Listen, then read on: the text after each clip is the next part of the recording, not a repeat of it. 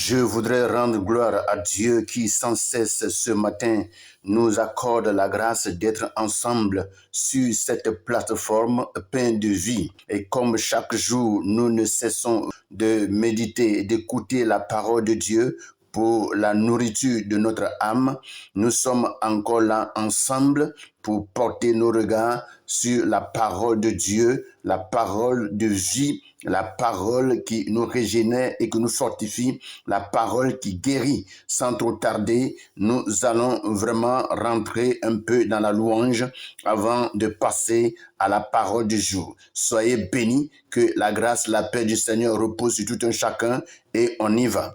Je n'ai rien à perdre, tu m'as tout donné. Je n'ai rien à craindre parce que tu m'as tout donné. Jésus, tu m'as tout donné. Sauveur, tu m'as tout payé. Merveilleux Jésus, tu m'as tout donné. Tu m'as donné la joie, tu m'as donné la vie. Je n'ai plus rien à craindre, tu m'as tout donné. Wonderful Jesus, powerful Jesus. Jésus, ton nom est merveilleux. Mon sauveur, ton nom est merveilleux. Adonai, ton nom est merveilleux. Tout puissant, ton nom est merveilleux. Mon sauveur, ton nom est merveilleux. Jésus, ton nom est merveilleux. Jésus, ton nom est merveilleux. Adonai, ton nom est merveilleux. Oh mon guide, ton nom est merveilleux. Ma lumière, ton nom est merveilleux. Mon protecteur, ton nom est merveilleux. Mon assurance, ton nom est merveilleux. Jésus, ton nom est merveilleux. Jésus, ton nom est merveilleux. Tu m'as donné la vie que je cherchais. Tu m'as donné la paix que je cherchais. Tu m'as donné les enfants que je voulais. Tu m'as donné la famille que j'ai tant cherché. Jésus, ton nom est merveilleux.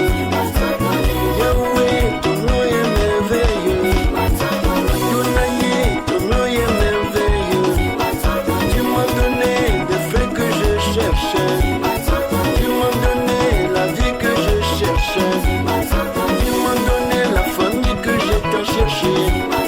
Dieu tout-puissant, ton nom est merveilleux. Mon frère, ma soeur, pourquoi t'inquiètes-tu? Jésus est capable de te donner plus que ce que tu demandes. Il est merveilleux.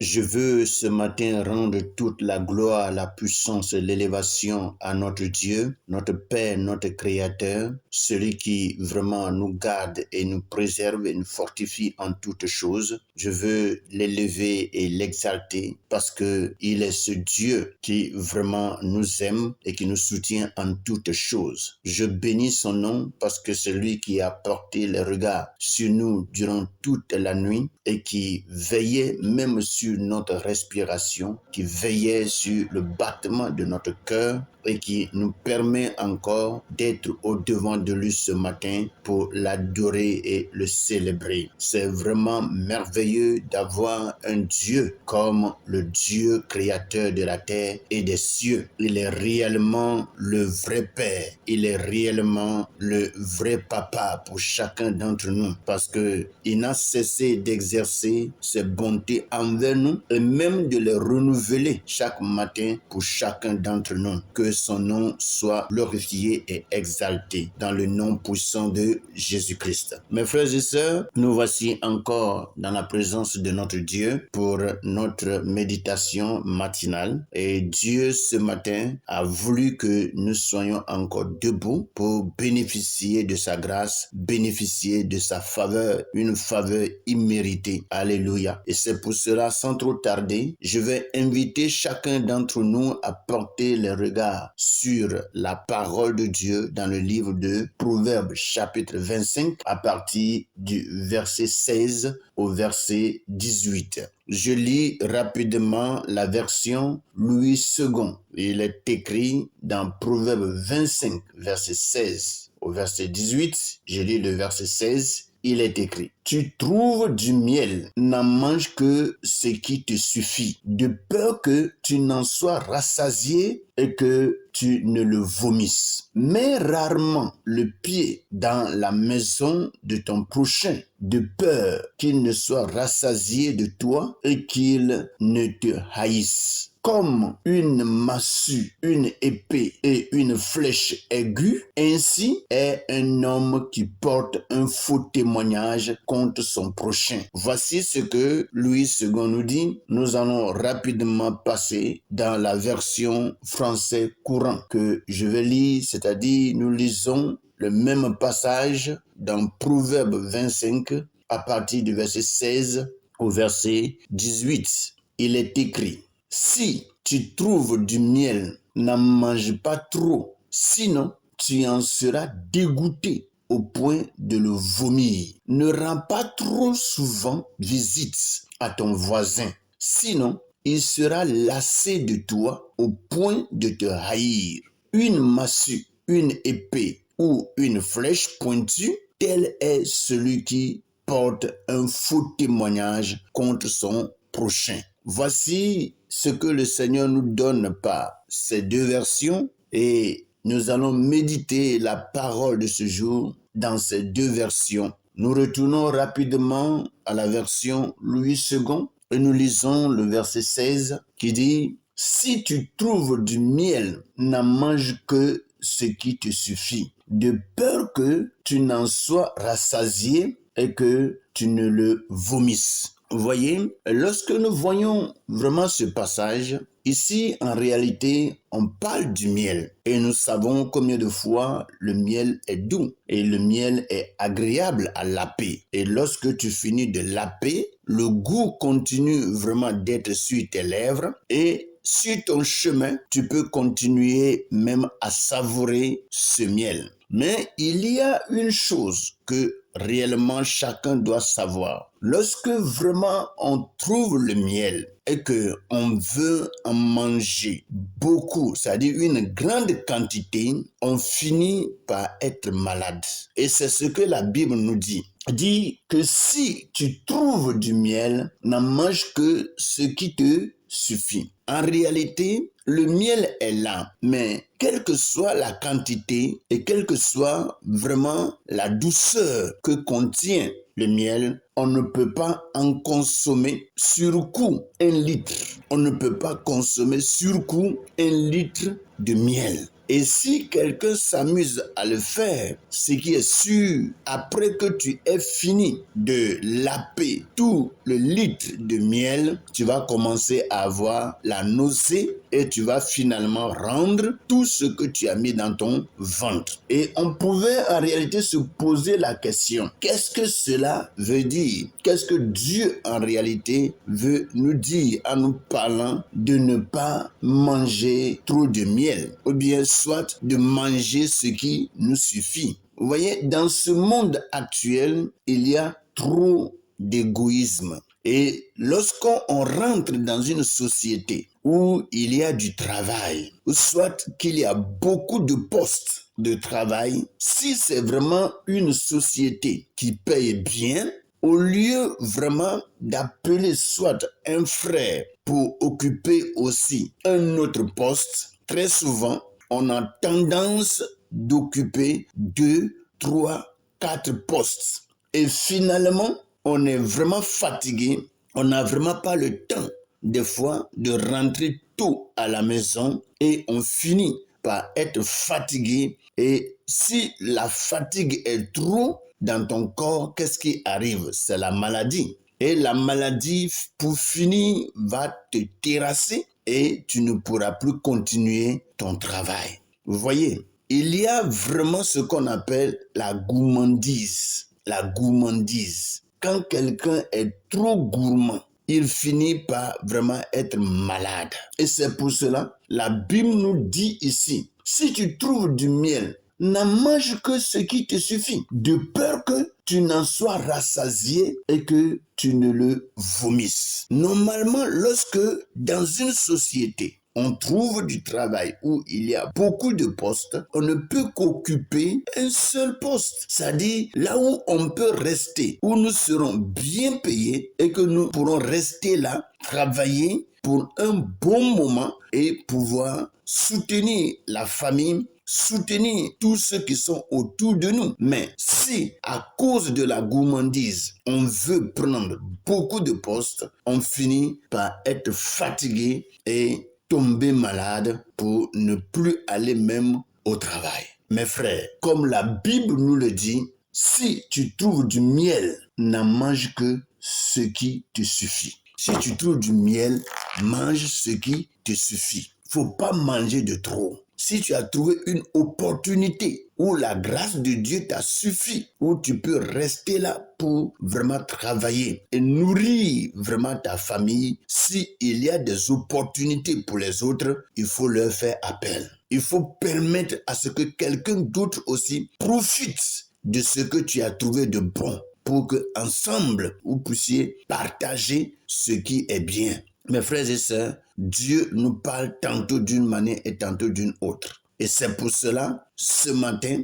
je prie pour que vraiment chacun saisisse cette parole et que nous puissions nous entraider. Au jour d'aujourd'hui, il y a tellement de chômage et ce qui fait que beaucoup d'autres personnes restent à la maison sans rien faire parce qu'il y a d'autres qui ont un poste, 2 postes, 3 postes. Et cela ne peut pas aider la société. Ça ne peut pas aider les autres frères et aider les autres sœurs. Faisons tout pour que dans l'opportunité que Dieu nous donne, nous puissions réserver une place aussi pour nos frères, nos sœurs, nos voisins, nos proches, pour que le partage soit équitable. Soyez bénis au nom de Jésus-Christ. Il est écrit, mets rarement le pied dans la maison de ton prochain, de peur qu'il ne soit rassasié de toi et qu'il ne te haïsse. Voici encore un autre problème. Visiter un frère, visiter une sœur, c'est pas mauvais. Mais il y a en réalité des gens qui visitent tellement que pour finir, tu vas vraiment les haïr. Et surtout, s'ils viennent visiter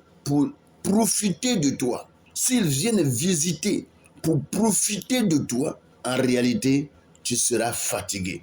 C'est bien de visiter, mais quand tu visites, chaque jour tu visites et que c'est là-bas seulement que tu manges et que c'est là-bas seulement que tu soutires quelque chose. Il faut qu'un jour, en allant là-bas, toi aussi tu apportes quelque chose. Il faut apporter quelque chose à la famille que tu visites.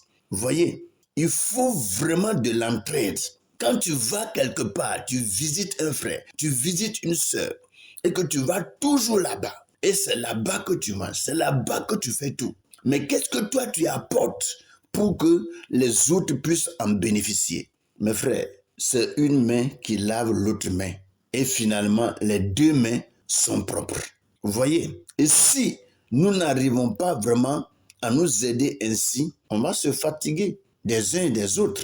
Vous voyez? On va se fatiguer. Et c'est ce que la Bible dit. Il dit, mets rarement le pied dans la maison de ton prochain, de peur qu'il ne soit rassasié de toi et qu'il ne te haïsse. Vous allez voir, lorsque vraiment tu visites trop un frère et que vraiment ce dernier est fatigué de toi, il va avoir des moments, il va avoir des temps où tu viens là. Quand le frère ou soit la soeur va voir ton front, c'est là qu'il va commencer à fermer sa porte pour sortir. Tu vas lui dire, mais c'est chez toi que je viens. Il va lui dire, j'ai vraiment un frère qui m'a appelé, soit j'ai un rendez-vous. Or, pendant ce temps, il n'a pas de rendez-vous. Qu'est-ce qu'il fait? Il est en train de te fuir parce que tes visites sont trop. Mes frères, sachons visiter. Et lorsque Dieu nous parle de ces choses, le Seigneur, par ses paroles, veut nous enseigner le savoir-vivre.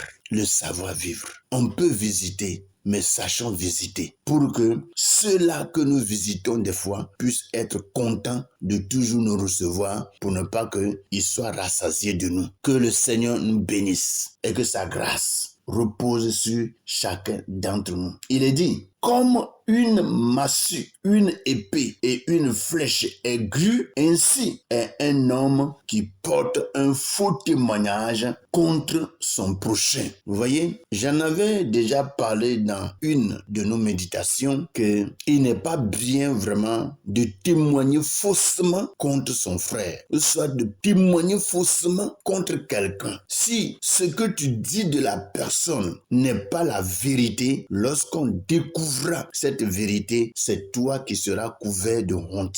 C'est toi qui seras humilié. Et c'est pour cela, nous devons vraiment être sûrs de ce que nous disons des autres. Parce que dans les calomnies, là, il y a beaucoup de choses que nous disons, beaucoup de mensonges, des paroles mal placées, des paroles démesurées. Ce qu'on n'a pas vu, c'est ce qu'on dira qu'on a vu. Non, mes frères, il faut vraiment que le Seigneur nous aide pour que de telles choses changent dans notre vie. Vous voyez, pour que, étant vraiment dans la communauté, nous puissions bénéficier de la joie qu'il y a dans la communauté et de la bénédiction qu'il y a dans une vie commune. Vous voyez, c'est-à-dire quand on vit en communauté de frères et que on partage la vie de Dieu ensemble, il faut vraiment que nous fassions un effort pour ne pas témoigner faussement les uns contre les autres. Ce n'est pas une bonne vie et Dieu ne peut pas agréer cela. Clairement, le français courant nous dit, si tu trouves du miel, n'en mange pas trop, sinon tu en seras